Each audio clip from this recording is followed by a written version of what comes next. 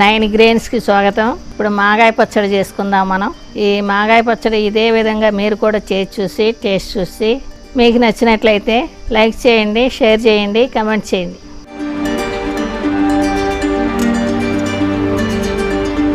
మూడు కాయలు తీసుకున్నానండి. తొడాలు కట్ చేసి సొనబోయేలా కడిగాను. ఇప్పుడు తోలు తీసుకుందాం. తోలు తీసి శుభ్రంగా కడుక్కున్నానండి. ఇలా కోసుకుందామండి. మరీ చిప్స్ లాగాను కాదు, మరీ పలుసుగాను కాదండి. ఇలా కోసుకోవాలండి. ఈ మందంలో సరిపోతుంది మాగాయకి. ఇలా కోసుకుందామండి.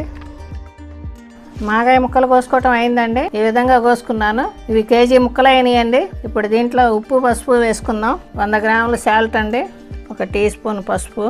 ఇది మొత్తం కలిసిలా కలుపుకుందామండి. కలుపుని జాడీలో వేసుకుందాం. ఇది కలిసిపోయిందండి. జాడీలో వేసుకుందాం.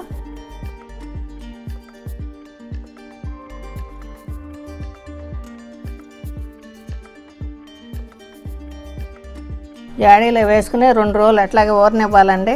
మధ్యలో 2 సార్లు కలుపుకుందామండి. ఇది ఇలాగ మూత పెట్టుకుందామండి.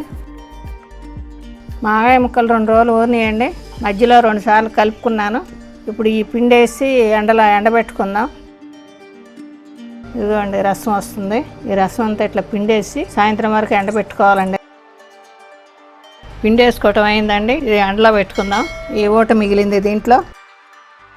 మాగాయ ముక్కలు ఎండినాయండి.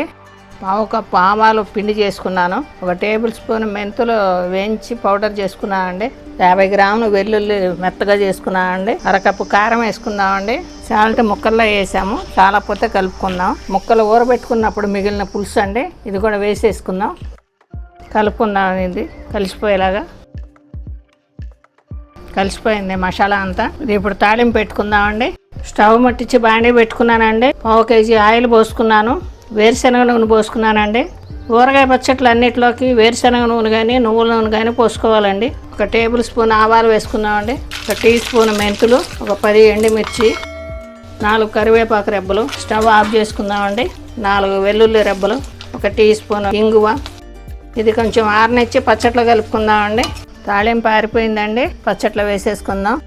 పచ్చట్లో ఆయిల్ కలిసిపోయేలా కలుపుకొని జాడీలో పెట్టుకుందామండి. కలుపుకోవటం అయిపోయిందండి. జాడీలో పెట్టేసుకుందాం.